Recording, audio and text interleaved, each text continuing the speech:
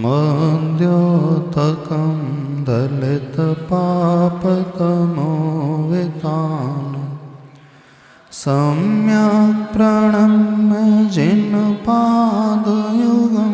युगादा वालम्बनं भवजले पततां जनानां।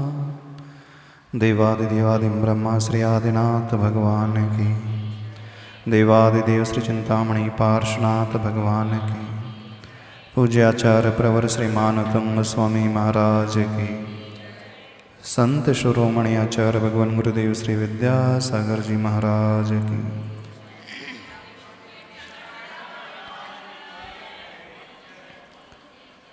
श्लोक नंबर 34। भामंडल प्रातिहार का वर्णन आचार्य प्रवर इस भक्तामर स्तोत्र में कर रहे हैं। शुंभत्प्रभावलय भूरि विभाविभोस्ते लोकत्रये द्युतिमतां द्युतिमाक्षिपन्ति प्रोद्यन्ति वाकरनिरन्तर भूरि संख्या दीप्त्या जयत्यपि निशामपि सोम सौम्या। 8 प्रातिहारों में भामंडल प्रातिहार अद्भुत प्रातिहार है। भामंडल का अर्थ क्या होता है? जानते हो?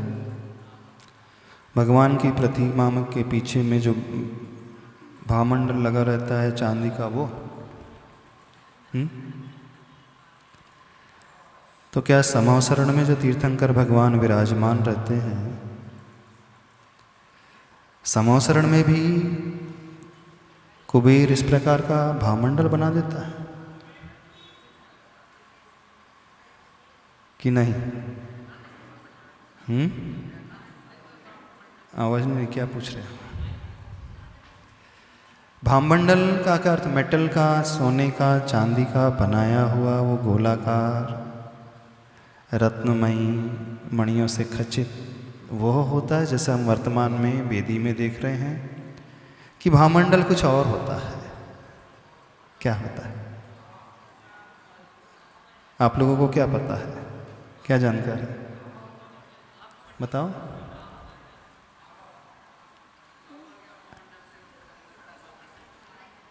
भामंडल, वैसे श्लोक में भामंडल शब्द का प्रयोग नहीं आया है, शुंभत प्रभा वलय शब्द आया है। प्रकृष्ट रूप से जो आभा होती है, और वलय मतलब वो चूड़ीकार रचना। जैसे महिला कंगन पहनती है ना, तो कंगन का जो आकार होता है वो वलयाकार होता है। अथवा सिद्ध चक्र में जब व्यक्ति मांडना बनाते हैं, पहले जो सर्कल है उसको घेर करके रिंगनुमा जो स्ट्रक्चर होता है उसे कहा जाता है वलय। अथवा जो द्वीप और समुद्रों की रचना है, जम्बू द्वीप सबसे बीचों बीच, उसे घेर करके लवण समुद्र है। तो लवण समुद्र कौन से आकार में है? वलयाकार। जम्बूद्वीप वलयाकार नहीं, जम्बूद्वीप तो सर्कुलर फॉर्म में है। जम्बूद्वीप जो है सर्कल है, जैसी थाली होती है वैसा। लेकिन लवण समुद्र जो है वो सर्कल नहीं है, वो क्या है? रिंग के आकार का है। एक ring Jambudweep main circle form में, फिर रिंग के आकार में समुद्र, फिर दूसरी रिंग के आकार में धातकी खंड, फिर रिंग के आकार में कालोदधि समुद्र, फिर पुष्करवर द्वीप, फिर पुष्करवर समुद्र। ऐसे द्वीप, ऐसे समुद्र एक की पेरीफेरी को लेकर के, एक के घेरे को लेकर के जो दूसरा घेरा होता है उसे कहा जाता है वलयाकृति। तो यहाँ श्लोक में कौन से शब्द का प्रयोग किया आचार्य प्रवर मानतुंग स्वामी जी ने? शुंभत प्रभावलय। प्रकृष्ट भाव, प्रकृष्ट कांति वाला वह वलय। सोने चांदी का होता है भामंडल। ऐसी वह आभा। सवेरे कहा था हर व्यक्ति का अपना एक ऑरा होता है। ऑरा होता है, ऑरा का अर्थ हुआ आभा, आभा मंडल। और उस ऑरा को आज देखा भी जा सकता है, देख भी सकते हैं हम सामने वाले का ऑरा कैसे है, कैसा है, कैसे देख सकते हैं। ऐसे कैमरे भी आ गए हैं जिससे उसकी फोटोग्राफी भी हो जाती है। रशियन साइंटिस्टों ने ऐसे कैमरे विकसित कर लिया है, उसका नाम है क्रिलियन फोटोग्राफी। वो व्यक्ति विशेष का आभा मंडल देख सकते हैं, चेक कर सकते हैं। उसका रंग भी उन्हें दिख जाएगा, उसकी आकृति भी उन्हें दिख जाएगी। तो जो व्यक्ति जितना अच्छे निर्मल परिणामों वाला होता है, उसका आभा मंडल उतना ही सुव्यवस्थित, सुंदर, सफ़ेद आदि रंग का, कांति को लिए हुए, चमक को लिए हुए। और जो व्यक्ति जितने कषायों से भरा हुआ होता है,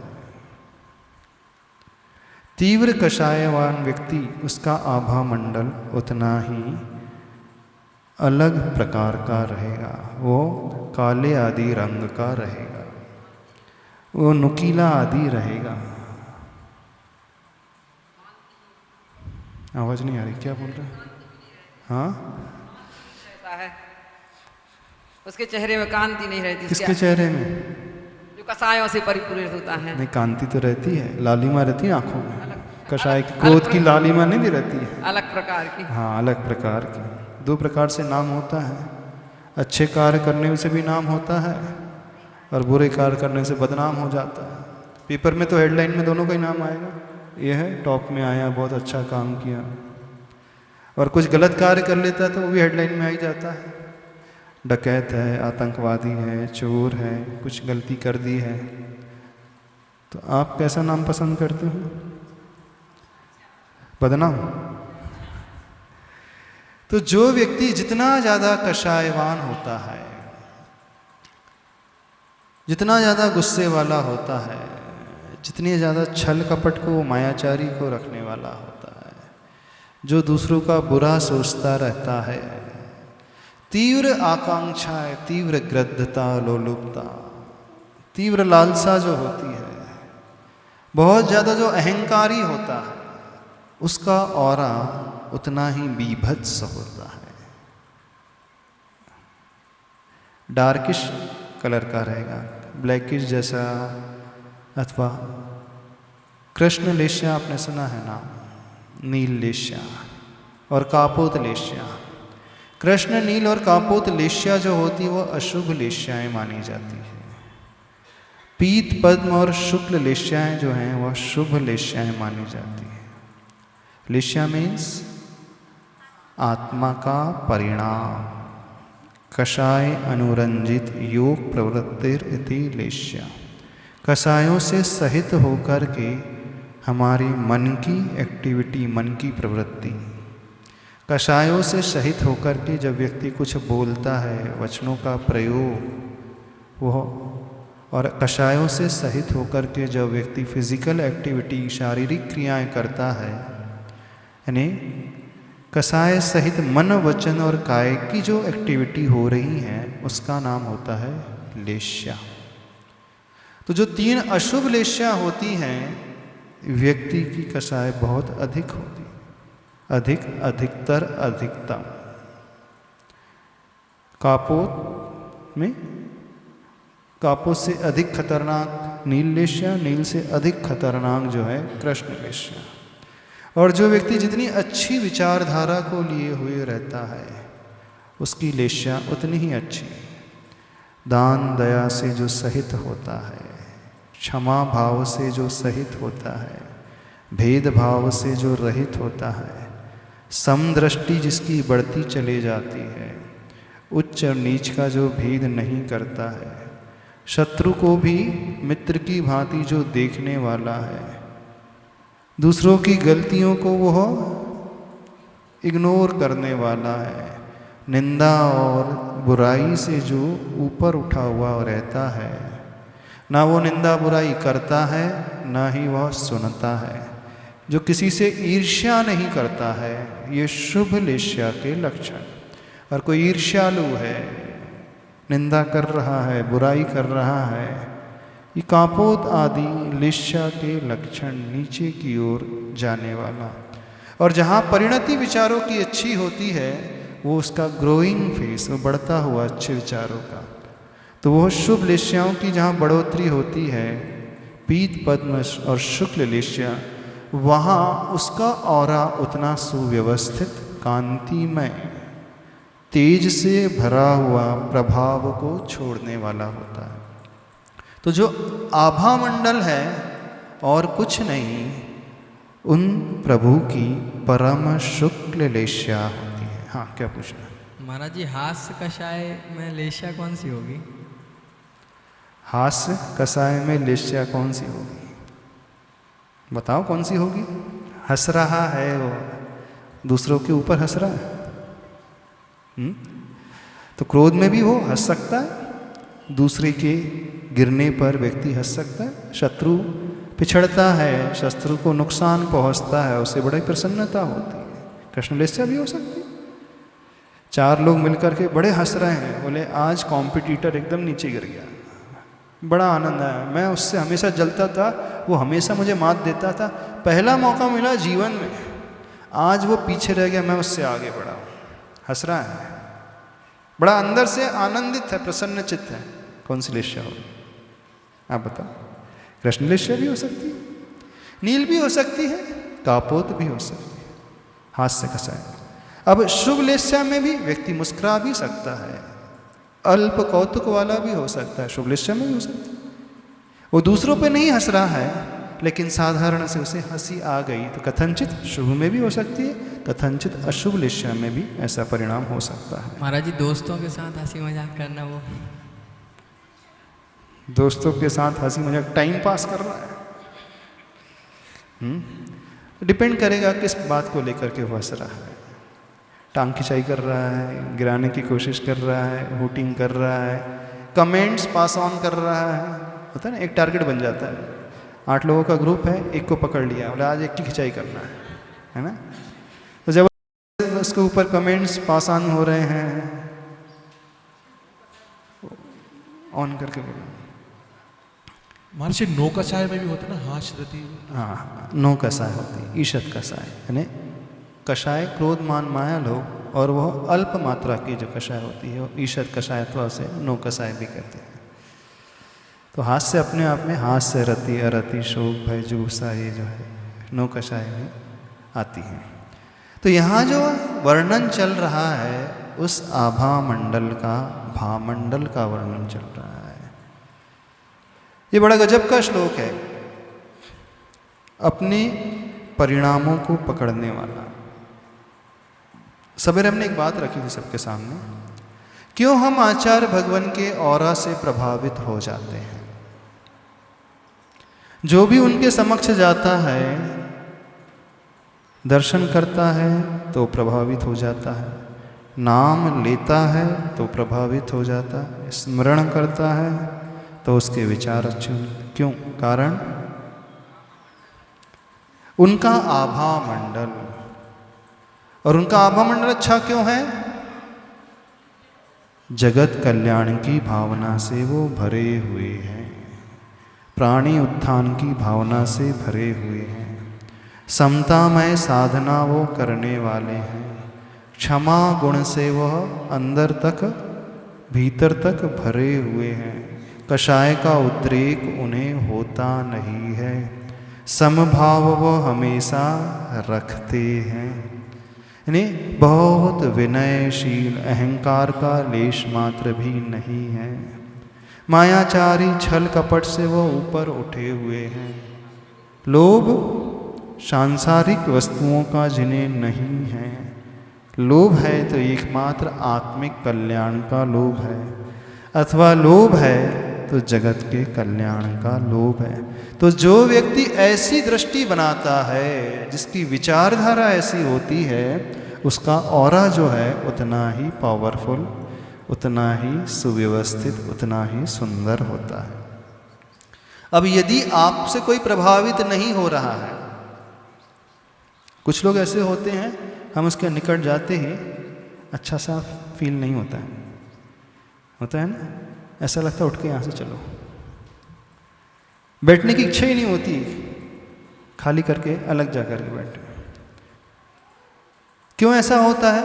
उसके निकट बैठने की इच्छा नहीं, उससे बात करने की इच्छा नहीं, उसके पास जाकर के परिणाम बिगड़ने से लगते हैं, क्योंकि उसका ऑरा ही इस प्रकार का डिफेक्टिव है।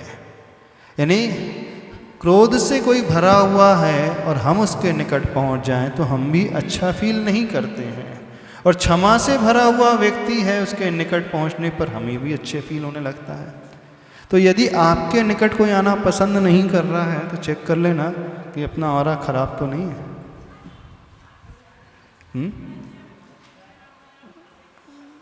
क्या बोल रहे हो? समझ में आ रहा है कि नहीं? तो आभा मंडल बड़ी गजब की चीज है। नमोस्तु महाराज जी। कोई चेहरा जो ऐसा होता कि अपने आप बोलने की इच्छा होती है। हाँ, किसी के पास जाकर के बोलने की इच्छा होती है। क्यों होती है? ना चेहरा देख उसका व्यक्तित्व इतना अपने आप में आकर्षक होता है, अपने आप लगता है। क्यों? क्योंकि वो बहुत प्रभावशाली होता है, वो अच्छी सोच को लिए हुए होता है, तो उसका इफेक्ट हमारे ऊपर भी पड़ता है। लॉ ऑफ एसोसिएशन होता है, साहचर्य का सिद्धांत। हम उसके निकट जाकर के कुछ कुछ उस जैसा होने लगते हैं। अच्छे व्यक्ति के निकट जाकर के हमारे विचार भी अच्छे होने लगते हैं, और बुरों के निकट जाकर के हमारे परिणाम भी बिगड़ने लगते हैं। इसलिए कहा जाता है प्रभु के निकट हमेशा आया करें। प्रभु के दर्शन का सिद्धांत क्या है? क्यों कहा जाता है कि प्रतिदिन व्यक्ति को अपने दिन की शुरुआत प्रभु के दर्शन से करना चाहिए?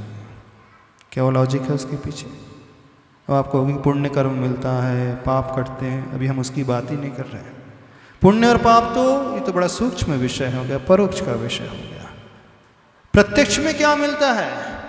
जैसे ही हम उनके निकट आते हैं, उनके ऑरा के रेंज में आ जाते हैं, तो अपने आप हमारे भीतर परिवर्तन होने लगता है। कषायवान व्यक्ति भी यहाँ आकर के अपनी कषाय को छोड़ देता है। क्रोधी से क्रोधी व्यक्ति भी यहाँ आकर के क्षमा से भर उठता है। जब भी आप प्रभु के दर्शन करने आते होंगे, वेदी में एक चित्र हमेशा आप देखते होंगे, एक ही घाट में सिंह और गाय पानी पी रहे हैं, अथवा एक ही पात्र रखा है, उसी में सिंह भी पी रहा है पानी और उसी में गाय भी पानी। क्यों? ये चित्र क्यों बनाया जाता है मंदिर में? कोई कारण है? क्या कारण है? भगवान के दर्शन करने से, भगवान के समक्ष आने पर शत्रु अपना बैर भूल जाते हैं। हाँ। ये बताने के लिए वो चित्र बनाया जाता है तो कि कल्पना नहीं है वो, ये मत समझना किसी के दिमाग की कल्पना है कि वो सिंह और गाय एक ही घाट पर जल पी रहे हैं अथवा एक ही पात्र में पानी पी रहे हैं। कल्पना नहीं, ये रियलिटी में होता है। यानी उनके ऑरा का ये प्रभाव है। सिंह भी अपनी क्रूरता को भूल जाता है। जहाँ सिंह के मन में जन्मजात वैर होता है, जन्मजात हिंसा रहती है, वह सर्प और नेवला भी एक ही साथ बैठते हैं। जब समावसरण लगता है, उसी सभा में सर्प बैठा है और उसी के बाजू में नेवला बैठा है, वहीं बिल्ली बैठी, वहीं श्वान बैठा है बाजू बाजू में, वहीं सिंह है और वहीं गाय है, हिरण है। हिंसक जीव और अहिंसक जीव, दोनों क्वालिटी वाले जीव एक ही साथ बैठे हुए हैं और उनके मन में हिंसा का परिणाम पैदा नहीं होता है। वो गाय को क्या मानता है? मानो ये मेरा ही श्रावक है। सिंहनी क्या मानती है? मेरा ही ये बच्चा है। गाय के बच्चे से इतना ही नहीं, एक चित्र और होता है, गाय का बछड़ा जो है सिंहनी का दूध पी रहा है ना, और सिंहनी का जो श्रावक होता है वो गाय का दूध पी रहा है। एक ही साथ, एक ही घाट में, एक ही पात्र में पानी पीना तो कथनचित हो सकता है, लेकिन सिंहनी का बच्चा गाय का और गाय का बच्चा जो है सिंहनी का दूध पी रहा है। कैसे हो जाता है? यानी इतनी आत्मीयता कैसे जागृत हो जाती है? और हिंसक जीव में जन्मजात जो हिंसा को लेकर के चलने वाला क्रूर परिणामी जीव है। अहिंसक की बात नहीं कर रहे हैं, हिंसक जीव किसका प्रभाव है? ये प्रभु के आभा मंडल का प्रभाव है। फिर भी यदि आप यहाँ आकर के किसी से वैर रख रहे हो तो समझना आप सिंह से भी कितने ज्यादा गए बीते हैं। सिंह तो आकर के अपने वैर को भूल जाता है, हिंसा को भूल जाता है, और यहाँ आकर के प्रभु के निकट कुछ लोग अपने वैर को भूलते ही नहीं, है? नहीं भूलते ना। ऐसे खुंकारते हैं कि पड़ोस की टेबल में वो पूजा कर रहा है, दूसरी टेबल में वो पूजा कर रहा है, अथवा एक भाई इधर कर रहा है, दूसरा भाई इधर है, दोनों का कोर्ट केस चल रहा है। अभिषेक का टाइम एक ही है, पूजन का टाइम एक ही है, और एक ही वेदी है, और एक ही वेदी में पूजन अभिषेक चल रहा है, लेकिन अंतर कितना है? वो बड़ा उससे छोटे को नहीं देख पा रहा, छोटा बड़े को नहीं देख पा रहा। स्वान भी गुर्राना छोड़ देते भगवान के समशरण में, भगवान के निकट आकर के। फिर भी जो दो भाई गुर्रा रहे हैं, गुर्रा रहे हैं ना, गुर्राना समझते हो कि नहीं? क्या होता गुर्राना का अर्थ? भौंकना। क्या होता? दूसरे को घूरना। घूरना अलग है, गुर्राना अलग है। गुर्राने में तो आवाज भी कर रहा है वो। मुंह से नहीं बोलना, बट हाँ माइक से बोलो, मुंह से मुंह बोलो। से नहीं बोलना, बट अंदर अंदर क्या अंदर ही अंदर क्या? गुर्राना। हाँ। महाराज ये सब क्या? दो भाई अपना वैर नहीं भूल पा रहे हैं, समाज के दो श्रेष्ठी एक दूसरे को क्षमा नहीं कर पा रहे हैं, और आ रहे हैं एक ही वेदी में, उन्हीं प्रभु की उपासना कर रहे हैं, और दोनों अहिंसक हैं, दोनों ही जैनी हैं, दोनों उन्हीं भगवान की पूजा कर रहे हैं, उन्हीं भगवान को मान रहे हैं। अब कैसे अहिंसक हो? उससे तो अच्छा फिर वो हो सिंह ज़्यादा अच्छा हो गया, वो श्वान ज़्यादा अच्छा हो गया, नहीं हो गया ज़्यादा अच्छा? महाराज श्री हाँ। नमस्ते। ये क्या तीर्थंकर के काल के समय होता है क्या? क्या? इतने शुभ परिणाम जैसे गाय या सिंह ये सब? हाँ, ये तीर्थंकर की विशेषता होती है। मैत्री भाव 46 गुणों में एक भाव गुण आता है, मैत्री भाव अपने आप पैदा हो जाता है। नहीं, उसी तीर्थंकर के हाँ, काल के तीर्थंकर समय- भगवान के 46 गुणों में एक गुण है, मैत्री भाव पैदा हो जाता है। क्यों पैदा हो जाता है? कारण क्या उसके पीछे? क्यों पैदा हो जाता है? उनके ऑरा का प्रभाव, आभा मंडल का प्रभाव है। यानी ऑरा भी कैसे बन गया? उनकी परम शुक्ल लेश्या का परिणाम। परम शुक्ल लेश्या मतलब जो जीव मात्र को उस दृष्टि से देख रहे हैं। किस दृष्टि से? अपनी आत्मा जैसे। जैसे प्रिय मुझे मेरी आत्मा है, वैसी ही आत्मा उस श्वान के शरीर में है, उस सिंह के शरीर में, उस गाय के शरीर में, उस व्यक्ति के शरीर में, उस पुरुष के शरीर में, उस स्त्री के शरीर में, उस गरीब के शरीर में, अमीर के शरीर में, कोई डिफरेंस नहीं। ये परम शुक्ल निष्ठा वाला व्यक्ति जो होता है वो भेदभाव से रहित, और जिसके भेदभाव नहीं होता है ना, वो अमीर गरीब को भूल जाता है, उससे तो सिर्फ आत्म तत्व नजर आता है। जितनी क्षमता मेरे भीतर है उतनी क्षमता, जब हम और आपकी आत्मा, हमारी और आपकी आत्मा एक जैसी है, तो फिर भेदभाव कहाँ रहा? यानी भेदभाव उत्पन्न ही तब होता है जब व्यक्ति शरीर को लेकर के, पर्याय को लेकर के चलता है। और जैसे ही दृष्टि में पर्याय गौण हुई और द्रव्य आया, यानी आत्मद्रव्य आया, आत्मद्रव्य आते ही समस्त भेदभाव शांत, समस्त कषाय शांत। भेदभाव कब होता है? अहंकार कब जागता है आपके मन में? जब आप दूसरों को छोटा मानते हो अथवा अपने आप को बहुत बड़ा मानते हो, तो व्यक्ति अहंकारी हो जाता है ना, अभिमानी नहीं होता है। और सेम लेवल का हो, एक करोड़पति, दूसरा भी सेम करोड़पति लेवल का, एक बहुत अच्छा है, दूसरा भी बहुत अच्छा है, दोनों टॉप कर रहे हैं, तो अहंकार नहीं आएगा। अहंकार पैदा ही तब होता है जब हम दूसरों को छोटा स्वीकारते हैं और अपने को बड़ा स्वीकारते हैं। तो अहंकार पैदा शरीर को लेकर, पर्याय को लेकर, बाहरी सुविधाओं को लेकर, लेकिन जिसकी दृष्टि में पर्याय गौण हो गई, जिसकी दृष्टि में सिर्फ आत्म द्रव्य है, जीव द्रव्य है, तो आत्मा तो एक ही जैसी होती कि नहीं होती? अच्छा, आपकी आत्मा और सुअर की आत्मा में क्या अंतर है?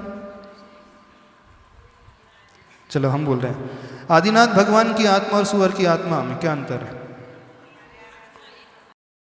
हाँ, आत्मा में अंतर है। आत्मा की हम बात कर रहे हैं। आदिनाथ भगवान का आत्मद्रव्य और सुअर का आत्मद्रव्य, तुलना गलत हो गई, चीटी कर दे। आदिनाथ भगवान की आत्मा और चीटी की आत्मा, चलो हाँ अंतर है। आदिनाथ भगवान भी अपनी आत्मा को देख रहे हैं और वहां उस चीटी की आत्मा को देख रहे हैं। उनकी आत्मा भी असंख्यात प्रदेशी, चीटी की आत्मा भी असंख्यात प्रदेशी, सुअर की आत्मा भी असंख्यात प्रदेशी। तो जब आत्मा में असंख्यात प्रदेश हैं, उनकी आत्मा में अनंत चतुष्टय, अनंत ज्ञान, दर्शन, सुख, वीर, और उस सुअर की आत्मा भी अनंत चतुष्टय लेकिन ढके हुए हैं। बस इतना अंतर है। हाँ, पर जैसी वो देखिए ढके हुए तो कर्म आ गया। अब कर्म को नहीं देख रहे हैं, वो सव्य शुद्धा शुद्ध नया। शुद्ध नय की विवक्षा में सभी जीव शुद्ध होते हैं। शुद्ध नय की विवक्षा में भगवान और चीटी में कोई अंतर नहीं। कह दे ठीक है। पुरुष और स्त्री में कोई नहीं अंतर, मनुष्य और पशु में कोई अंतर नहीं, ठीक है ना। अंतर तो नहीं होता ना। शुद्ध नय की दृष्टि सव्य शुद्धा हो शुद्ध नय, कोई अंतर नहीं। अंतर कहाँ आता है? जैसे ही व्यक्ति आत्मद्रव्य को छोड़ करके पर्याय की ओर देखता है, तुरंत विचार आता है, ये तो गरीब है, ये बहुत सुंदर शरीर वाला, रूप वाला, ये तो काला कलूटा है, ये तो बीमार है, ये तो कोढ़ी है, ये तो वृद्ध है, ये युवा है, ये राजा है, ये रंक है, ये मनुष्य है, ये चीटी है। अंतर कैसे दिखने लगा? दृष्टि में पर्याय आते ही अंतर नजर आने लगा। तो जो परम शुक्ल लेश्या वाला होता है जीव, सबको एक दृष्टि से दिखता है, समभाव, कोई भेदभाव नहीं, सब एक जैसे। और जहां ये दृष्टि आ गई वहां कहना है क्या? तो उस व्यक्तित्व का, उस व्यक्ति का ऑरा जो है सबसे उत्कृष्ट रहेगा। अब उस ऑरे की रेंज में भी हम आ गए, अथवा कोई भी जीव आया, हिंसक से हिंसक जीव भी आ रहा है, तो अपनी हिंसा को भूल जाता है, भूल जाता है। इसलिए वो चित्र बनाया जाता है, सिंहनी और गाय एक साथ पानी पी रहे हैं। सिंहनी का शावक गाय का दूध पी रहा है और गाय की बछिया जो है सिंहनी का दूध पी रही है, तो बछड़ा सिंहनी का दूध पी रहा है। यानी दोनों छोटे छोटे जो जीव हैं, उन्हें ये अंतर ही नहीं समझ में आ रहा ये मेरी माँ है कि वो मेरी माँ है। उन्हें कोई अंतर समझ में नहीं आ रहा, उन्हें तो बस माँ दिख रही है। ये किसका प्रताप है? उन प्रभु का प्रताप है, प्रभु के उस आभा मंडल का प्रताप है। इसलिए कहा जाता है, यदि जीवन में हमें प्रतिदिन अच्छी शुरुआत करना है तो प्रभु के पास आया करो, प्रभु के दर्शन किया करो।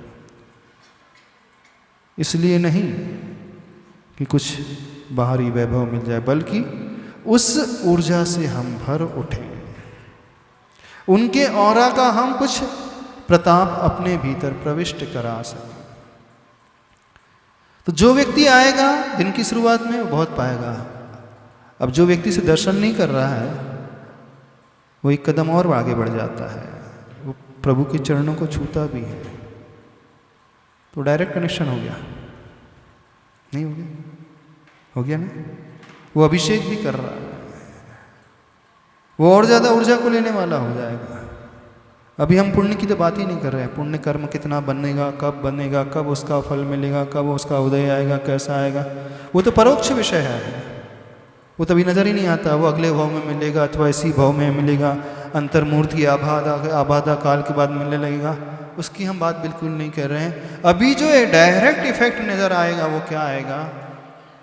व्यक्ति उनके ऑरा से, आभा मंडल से प्रभावित, आभा मंडल से प्रभावित हो जाएगा। मतलब जो उसके कषाय के परिणाम है ना, वो शांत होने लगते हैं। जो विकल्प उसके मन में दिन भर चलते रहते हैं, ऊहा पोह दिन भर चलते रहती है, उधेड़ बुन जो हमेशा मची रहती है, जो टेंशन में हमेशा फंसा हुआ सा रहता है, हमेशा चिंतित रहता है, वो अच्छे भाव से भर करके एक प्रभु के निकट आकर के दर्शन कर ले तो बहुत सारे उसके तनाव के क्षण अपने आप ही दूर होते चले जाएंगे। बिल्कुल अपने आप ही दूर होते चले जाएंगे, वो इतना ज़्यादा पाने वाला होगा। लेकिन ये लोग ये समझते ही नहीं। आप लोग समझते हैं? क्यों आते हो प्रभु के पास? महाराज जी नियम ले लिया, इस कारण आते हैं। क्यों आते हैं दर्शन करने? क्यों आते हैं पूजन करने? हम जैन कुल में जन्मे हैं, इस कारण हमारा कर्तव्य है कि दिन की शुरुआत जो है प्रभु दर्शन से, प्रभु पूजन से होना चाहिए, इस कारण कर रहे हैं। साइंटिफिक रीज़न समझो, क्या क्या नहीं मिलता है यहाँ पे आकर के, व्यक्ति कितना कितना नहीं पा सकता। आपने प्रभु के आभा मंडल को देखा ही नहीं, कभी देखते हो प्रभु के आभा मंडल को? भामंडल को देखते हो? नहीं देखते। अच्छा, प्रभु को देखते हो? और क्या देखते हो? हाँ, और क्या देख रहे हैं? क्या क्या नहीं पा रहा है वो यहाँ पर आकर के। जब हिंसक से हिंसक जीव सिंह अपनी हिंसा भूल जा रहा है, तो आप तो अहिंसक कुल में पैदा हुए और अपने वैर और हिंसा को नहीं भूल रहे, तो कितने गए बीते हो? हाँ, सिंह की क्रूरता अधिक है कि आप लोगों की क्रूरता अधिक है? क्यों बताओ? सिंह की क्रूरता अधिक है कि आप लोगों की क्रूरता अधिक है? जो नहीं भूल पा रहा है अपने वैर भाव को, और पूजा पड़ोस में बैठ करके कर रहे हैं, है ना, आगे पीछे बैठ करके कर रहे हैं, और वो सिंह और गाय एक जहाँ साथ रह रहे हैं और आप हो कि नहीं रह पा रहे। या तो ऐसा कहें कि पंचम काल में भगवान का प्रभाव इतना नहीं है, अथवा ऐसे कि आपकी कषाय की तीव्रता, लेस्या की तीव्रता इतनी है कि आपने उस ऑरा के इफेक्ट को अपने भीतर प्रवेश करने से रोक रखा है। हाँ, ये भी होता है। बोलो। नमस्ते महाराज जी। महाराज जी, वो व्यक्ति मतलब बहुत ज़्यादा पूजन अभिषेक कर रहा है, बहुत दिखावा कर रहा है, और अंदर उसके सप्तव्यसन कर रहा है रोज, और मान कषाय भरी, तो उसके ऊपर मतलब आमंडक प्रभाव नहीं पड़ता क्या? भगवान को देख रहा है, बहुत घिस घिस के पहुँच रहा है, बहुत पूजन कर रहा है, अभिषेक कर रहा है रोज आके। लाइट जल रही है? हाँ। अब बटन बंद कर दे तो बंद हो गए? करंट नहीं है? करंट बंद हो जाएगा, करंट तो रहेगा। करंट तो वायरिंग में फ्लो हो रहा है ना, लेकिन लाइट कब चालू होगी? बटन दबाएंगे तब। बटन दबाएंगे ऐसे। अब प्रभु का आभा मंडल तो है, हाँ। लेकिन उसने अपना स्विच ही बंद करके रखा। हाँ, तो भले ही हेलोजन 4-4 लगा लो और मीटर भी चालू है, करंट फ्लो भी हो रहा है, लेकिन उसको ऑन करने के लिए एटलीस्ट स्विच तो ऑन करना पड़ेगा कि नहीं करना पड़ेगा? कि नहीं करना पड़ेगा? हाँ, नहीं करना पड़ेगा। अब स्विच ही बंद करके बैठा है तो क्या कर सकते उसके लिए? तो आ रहा है तो उसको कोई प्रभाव नहीं पड़ेगा, उसका अभिषेक करने का, पूजन करने का सब, उसके बाद भी खुल नहीं पाएगा उसका स्विच ऐसे। वो कर कहाँ रहा है? कर क्या रहा है?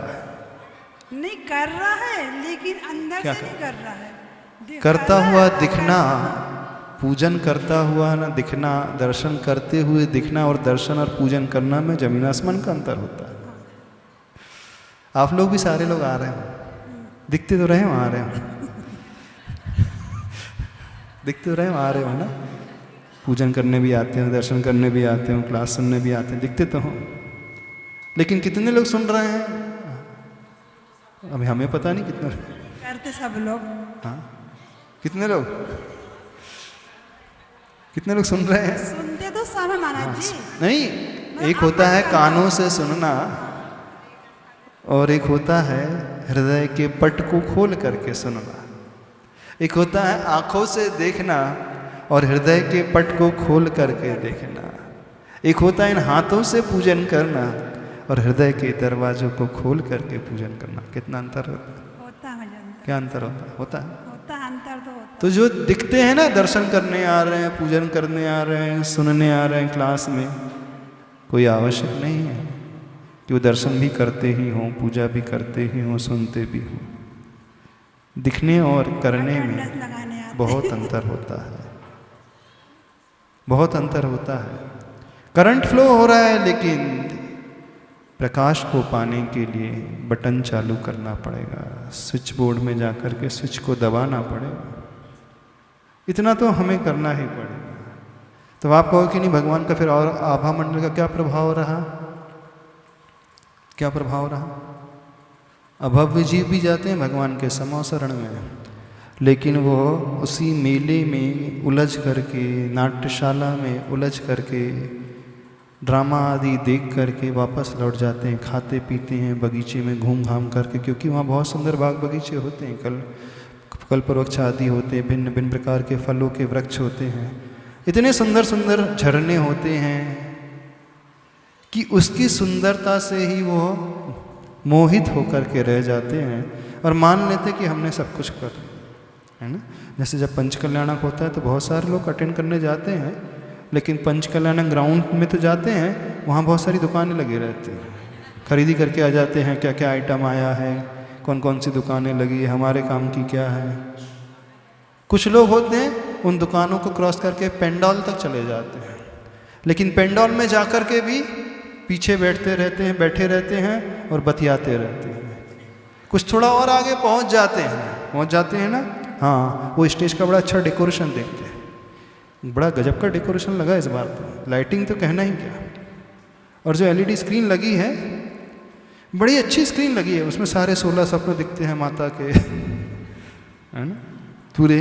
और जो संगीतकार आया है बहुत अच्छा, भजन तो बहुत अच्छे गा रहा है, उसकी आवाज़ भी बहुत अच्छी, कंठ भी बहुत सुंदर है, कर्णप्रिय आवाज़, धुन भी बहुत अच्छे से निकालता है, सबको झुमा देता है वो ना। सब झूमने पर मजबूर हो जाते हैं ना, जब वो गाना गाता है, भजन गाता है, तो पैर थिरकने लगते हैं, गर्दन मटकने लगती है ना। तो ऐसा लगता तो है कि ये लोग पंचकल्याणक अटेंड कर रहे हैं, लेकिन कितने लोगों की दृष्टि फिर इस पंडाल के बाद, उस स्टेज और स्टेज की सजावट के बाद, उस लाइटिंग के बाद उन प्रभु तक पहुंच पाती है जिस प्रभु के लिए वो सारा तामझाम हुआ। बताना कितने लोगों की, आप लोगों ने पंचकल्याण तक अटेंड किए हैं, सबने अटेंड किए होंगे। कितने लोगों की दृष्टि उन वीतरागी प्रभु तक जाती है? सबकी चली जाती। हमारे जो दिखते तो हैं भगवान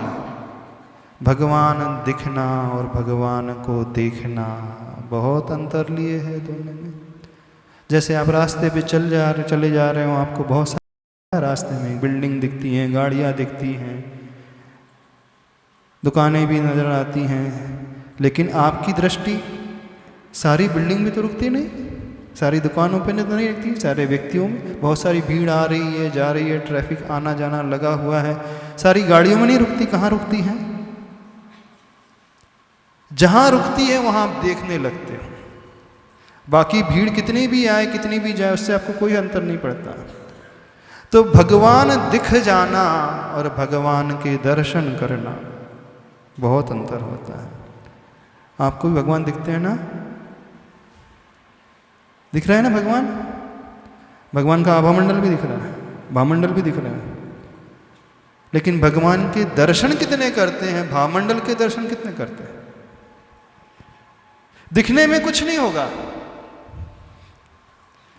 दिखने में कुछ नहीं होने वाला, देखने में सब कुछ होने वाला है। संसार के विषय को आप देखते हो, वो दिखते नहीं है आपको। कोई पिक्चर को आप देखते हो, हीरो हीरोइन को आप देखते हो, कोई गाड़ी को, मोबाइल को आप देखते हो, दिखते नहीं है वो। दिखने में तो बहुत ऊपर का रहता है, वहाँ मन नहीं लगता, उपयोग नहीं लगता है। देखने में उपयोग लगता है, देखने में मन लगता है, दर्शन में मन लगता है। तो आपका उपयोग लग रहा है यहाँ पे? नहीं लग रहा। हाँ, सुन रहे हो, कानों से सुन रहे हो। ऐसा हमें प्रतीत हो रहा है कि आप सुन रहे हो। अब सुन रहे हो कि नहीं पता नहीं। हाँ, नमोस्तु महाराज जी। महाराज जी, जैसे पंचकल्याणक में बड़े इंद्र बन जाते हैं तो सामने आगे स्टेज पर बैठते हैं तो बहुत भाव लगते हैं। हाँ। और पीछे बैठते हैं तो उतने भाव नहीं लगते, समझ में भी नहीं आता है। पूरे पांचों कल्याणक की क्रियाएं देखो तो उसमें ज़्यादा मन लगता है। अच्छा, क्यों मन लगता है जानते हो? हम बताएं क्यों लगता है? जी बताइए। आप कुछ देते हो वहाँ पे, बोली लिए भैया आपने इतने बड़े इंद्र बने, इतनी अल्लाह की बोली ली है, इतनी लाख की बोली ली, कहीं ऐसा ना हो इतना पैसा देने के बाद भी, इतनी बड़ी बोली लेने के बाद भी कुछ मिले नहीं, तो कम से कम ध्यान तो लगा ही लो। नहीं महाराज जी, समोसण बाजू में रहता तो बहुत भाव लगते हैं। हाँ तो वही तो बोल रहा है, मन इसलिए लगता है, पूरा अटैचमेंट सुनो तो सही, मन इसलिए लगता है जब व्यक्ति अपने मोह को त्यागता है तो उसका जुड़ाव अपनत्व को लिए हो जाता है कि अब तो ये मेरा पंच कल्याणक है, मैं प्रमुख पात्र बनकर के कर रहा हूँ, मैंने इतना द्रव्य का त्याग किया है, इतने बड़े मोह का त्याग किया है, तो वहाँ भावों की शुद्धि अपने आप होने लगती है। महाराज जी सब और जब तक कुछ देता नहीं है ना वो है सिर्फ ऐसी घूम घाम के आ जाता, चलो देख करके आते हैं पंडाल की सजावट कैसी है, कितने लोग आए हैं, कैसी भीड़ है, कौन क्या क्या पहन करके आया है, कैसा शो लग रहा है, कैसा संगीतकार है, कैसी धुन है, उसका जुड़ाव ही नहीं होता है। जुड़ाव होता ही तब है जब हम कुछ देते हैं, यानी फ्री फोकट में भाव नहीं बनते, इस बात को समझना। लोग कहते हैं हमेशा क्यों बोली लगवाई जाती है। हम एक एग्जाम्पल आपको देते हैं, चलो बहुत अच्छा छोटा सा एग्जाम्पल है। मान लीजिए किसी ने आपको 30,000 का मोबाइल गिफ्ट कर दिया, 30,000 रुपये का मोबाइल गिफ्ट कर दिया। उस मोबाइल की केयर आप कैसे करोगे?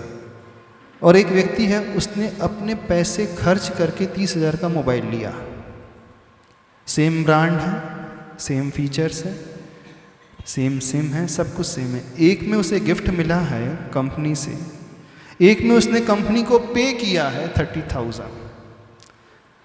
दो केस हैं, दोनों व्यक्ति जो है क्या उस मोबाइल की एक जैसी केयर करेंगे? हमें बताओ। मोबाइल एक जैसा ही है और बड़ा कीमती है, एक जैसे केयर करोगे इसकी? यदि जिसे गिफ्ट मिला है वो गिर भी जाए ऊपर से, ज़्यादा दर्द होगा? हमें बताओ। दुख तो होगा लेकिन ज़्यादा दुख होगा? क्यों नहीं होगा? गिफ्ट में मिला है, फ्री में मिला है। और जहां अपना खर्चा किया है, हाँ टेम्पर प्रूफ करेगा, एकदम कवर लगाएगा, अच्छा वाला कवर लगाएगा, बड़े अच्छे से केयर करेगा, भाई गिरे ना, अच्छे से रखेगा, सेफ्टी रखेगा। और जो गिफ्ट वाला है फ्री फोकट का है तो यहाँ भी पड़ा है, दूसरे पर उठा करके ला लेना, दे देना, ऐसे होता है। जबकि मोबाइल दोनों ही कंडीशन में एक ही जैसा था, फिर ये अंतर क्यों आया? बताओ, अंतर क्यों आ गया?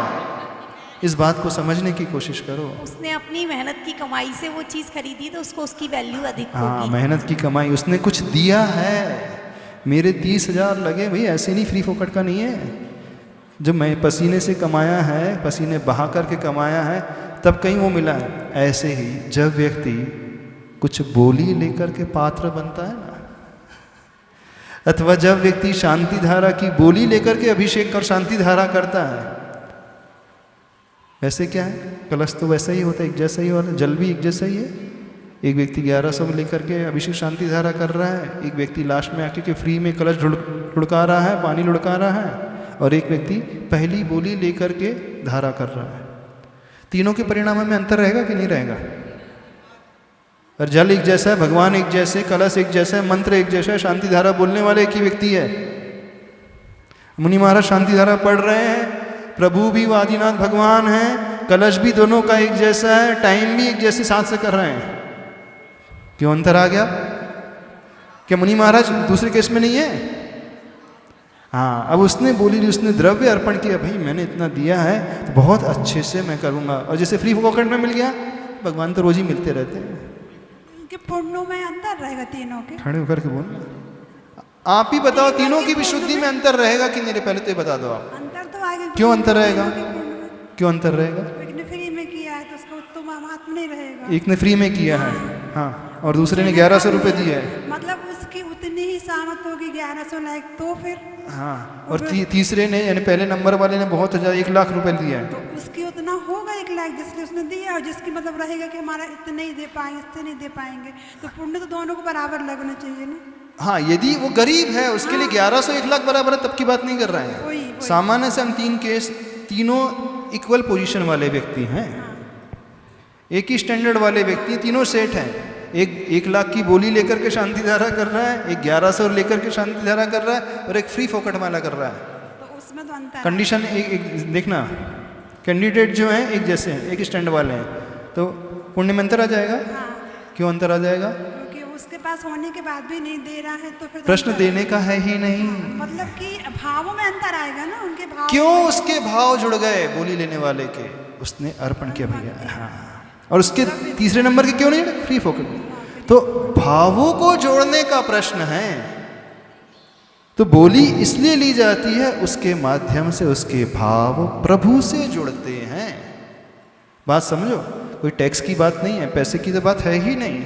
ये जो बात है भावों की विशुद्धि को बढ़ाने का तरीका है। तो फ्री फोकट में जो करेगा उससे कुछ चांसेस ये रहते हैं कि उसके भाव पैदा ही नहीं होंगे, क्यों केयर ही नहीं करेगा। जैसे फ्री का मोबाइल था, अब गिफ्ट में मिला था, ठीक है, लेकिन जिसने पैसे दिए हैं, पसीने की कमाई बहाई है, उसको तो बहुत लगेगा। इसलिए बात समझ में आ रही है? नहीं समझ में आ रही? तो प्रभु के पास आकर के क्या मिलता है?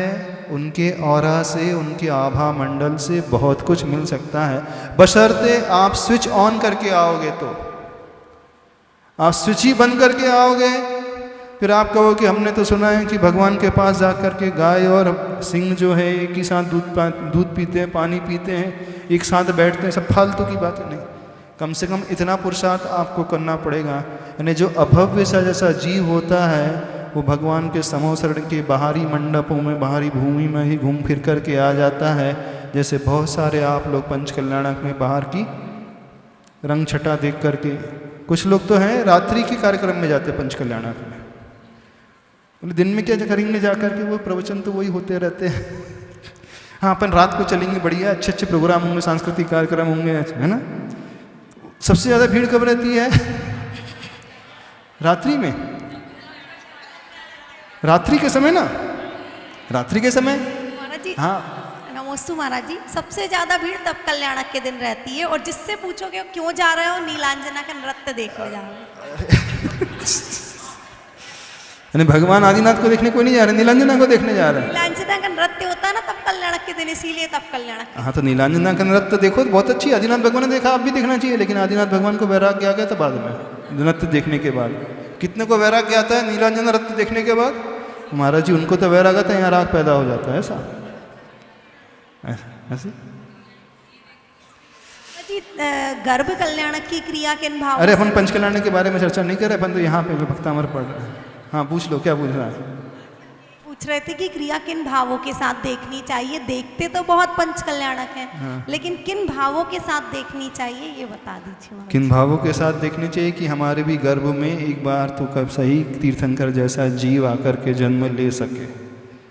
कैसे उस माता की विशुद्धि रही थी, कैसे उसने भावना भाई थी, क्या उसने पुरुषार्थ अपने जीवन में किया था कि वह एक ही बार गर्भवती होती जीवन काल में। तीर्थंकर की माँ जो होती है एक ही संतान को जन्म देती है, अन्य संतान को जन्म नहीं देती है, और वो इतनी संतुष्ट हो जाती है उस बालक के जन्म के पश्चात कि वो जीवन भर संयमवत जीवन बिताती है।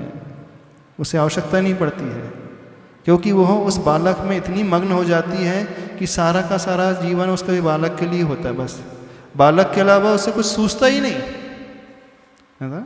कई लोग होते हैं ना, जब बेटे का जन्म होता है तो फिर वो पति को ही भूल जाते होता है ना, नहीं होता?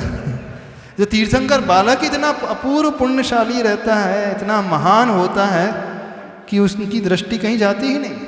और तीर्थंकर का जो पिता होते हैं उनका भी भाव उस बालक में इतना रम जाता है कि उस बालक के अलावा तीर्थंकर को भी कुछ सूझता, तीर्थंकर के पिता को भी कुछ सूझता नहीं। तो ऐसी उन दोनों की परिणति होती है विचारों की। तो ऐसी भावना चाहिए। तो हम यहाँ पर जो विषय ले रहे थे कि प्रभु का आभा मंडल कैसा होता है, तो उनकी वह परम शुक्ल लेश्या होती है। वह शुक्ल लेश्या इतनी उत्कृष्ट होती है, इतनी उत्कृष्ट होती है कि असंख्यात जीव उनकी छाँव में आकर के सारे वैर भावों को भूल करके बिल्कुल क्षमा आदि भावों से भर उठते हैं। तो प्रभु के पास आने का उद्देश्य ही ऐसा है कि हम अपनी कषायों को उनके निकट आकर के अपने आप ही छोड़ते चले जाते हैं। कहना नहीं पड़ता है कि कषायों को छोड़ दो, वैर को छोड़ दो। हिंसक सिंह को उपदेश नहीं दिया था आदिनाथ भगवान के कि तुम इससे बहुत अच्छे से देखो, आत्मा की दृष्टि लेकर के आओ, पर्याय को भूलो नहीं। उसे तो वो अपना जैसा ही लग रहा है जीव। यदि दृष्टि उस पर्याय की आती है तो वो अपना भाई ही मानेगा, अपनी बहन ही मानेगा, अपनी माँ ही मानेगा। कथनचित यदि आत्मा की दृष्टि नहीं भी जा रही है, इतनी बड़ी दृष्टि नहीं हो पाया किसी की कि वह इस शरीर के भीतर बैठी हुई आत्मा की ओर दृष्टि ला ले और वो ये सोच लेकर के आ जाए कि इसकी और आत्मा और मेरी आत्मा में कोई अंतर नहीं। जैसे आत्मा मेरी असंख्यात प्रदेश को धारण करने वाली है, ऐसे ही असंख्यात प्रदेश ही इसकी आत्मा है। जैसी मेरी आत्मा में ज्ञान दर्शन गुण है, वैसे इसकी आत्मा में ज्ञान दर्शन गुण है। सबके भीतर क्षमता नहीं होती है कि वो ये दृष्टि लेकर के आ जाए। हो सकता है वो पर्याय को भी देखे तो, लेकिन पर्याय को भी कैसे भाव से देखेगा? ये मेरा अपना ही है, मेरे अपने भाई ही है, बहन ही है, पिता ही है, माँ ही है। इस दृष्टि को लेकर के, यानी जो शत्रुता की भावना थी, वो शत्रुता की भावना को वह छोड़ने वाला हो जाता है। तो इसलिए कहा जाता है प्रतिदिन अपने दिन की शुरुआत जो है प्रभु के पास आकर के, प्रभु दर्शन से, प्रभु को छू कर के, प्रभु के अभिषेक को अथवा उनके आभा मंडल को देख कर के किया करो। इतना प्रभावशाली उनका आभा मंडल होता है। समझ में आ रही बात? नहीं समझ में आ रही? हाँ, तो इसके अर्थ को देख लें। समय तो होने को आ गया। क्या चल रहा था? सुंभत प्रभावलय। प्रभावलय शब्द यहाँ पर आया है। प्रभा यानी प्रकृष्ट भाव, प्रकृष्ट कांति, प्रकृष्ट आभा, उत्कृष्ट आभा। वो वलयाकार जो आभा मंडल है वो 1 नंबर का, बिल्कुल। आज हर व्यक्ति की हम आभा मंडल को चेक कर सकते हैं। हर व्यक्ति के आभा मंडल को चेक किया जा सकता है कि इसका आभा कैसा है, इसका आभा मंडल किस प्रकार का है। और प्रभु के आभा मंडल को भी चेक किया जा सकता है, प्रभु की एनर्जी को भी चेक किया जा सकता है। जब मंदिर में प्रतिमा होती है उसकी एनर्जी को भी चेक किया जा सकता है। तो यहाँ पर जो प्रभु का आभा मंडल है अथवा भाव मंडल है अथवा प्रभावलय है, वो कैसा है? शुंभत, यानी बहुत सुंदर। क्या लाभ होता है उस आभा मंडल से? सर्वप्रथम इस श्लोक में आई हुई क्रिया को अपन देखते हैं। चौथे चरण में क्रिया शब्द का प्रयोग किया है। जयति दीप्त्या जयत्यपि निशामपि सोम सौम्या। कौन सी यहाँ पर वर्ब है? कौन सा वर्ब है? दीप्त्या जयति अपि। यदि संधि विच्छेद करेंगे, दीप्त्या दीप्ति से, जयति यानी जीतते हैं। कौन जीत रहे हैं? वे आदिनाथ भगवान जीत रहे हैं। किसे जीत रहे हैं? आगे पढ़ो। निशामपि यानी उस रात्रि को जीतने वाले हैं। रात्रि को जीतने का अभिप्राय अंधकार को जीतने वाले हैं। यानी प्रभु का आभा मंडल जो है उस अंधकार को जीतने वाला होता है। और कैसा है? सोम सौम्या, चंद्रमा की भांति सौम्या, मैंने वह कांति को लिए हुए है। शाब्दिक अर्थ पहले इसका देख लो। समझ में आ रहा है? नहीं समझ में आ रहा है? तो प्रभु का आभा मंडल जो है अनिशा को, अंधकार को जीतने वाला है। अभी इतना ही समझ लें। कौन से अंधकार को उन्होंने जीता? कैसे उनका आभा मंडल बना? कौन सा अंधकार है?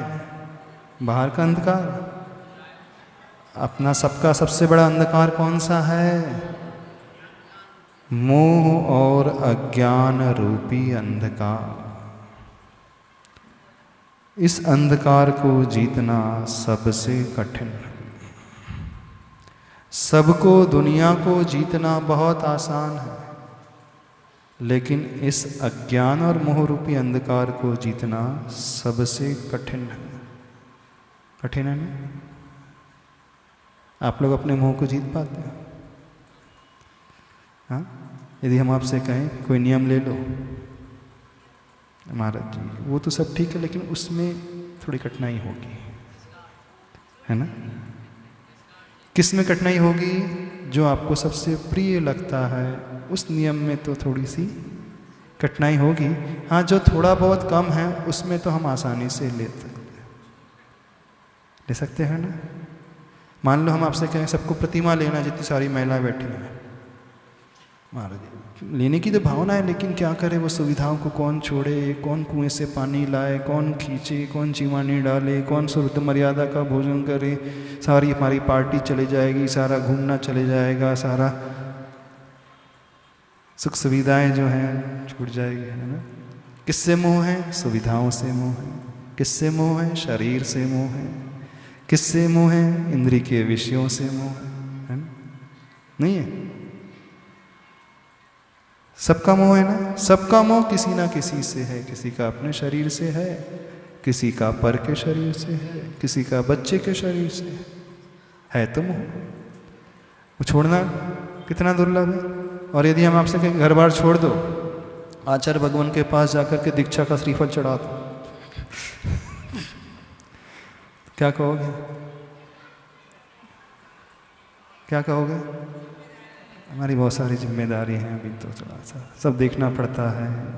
देखना पड़ता है नहीं, सबसे पहले मोह आगे आड़े आ जाता है। दुनिया को, बाहर को जीतना बहुत आसान है, लेकिन स्वयं के मोह को जीतना बड़ा कठिन है। तो वे आदिनाथ भगवान कैसे हैं? दीप्त्या जयति अपि निशाम, यानी उन्होंने उस अंधकार रूपी रात्रि को जीत लिया। बस इतना ही रखते हैं, समय हो गया आज, इसके अर्थ को बाद में देखेंगे। बोले देवादि दूसरे आदिनाथ भगवान के जावाणी के ज्ञान से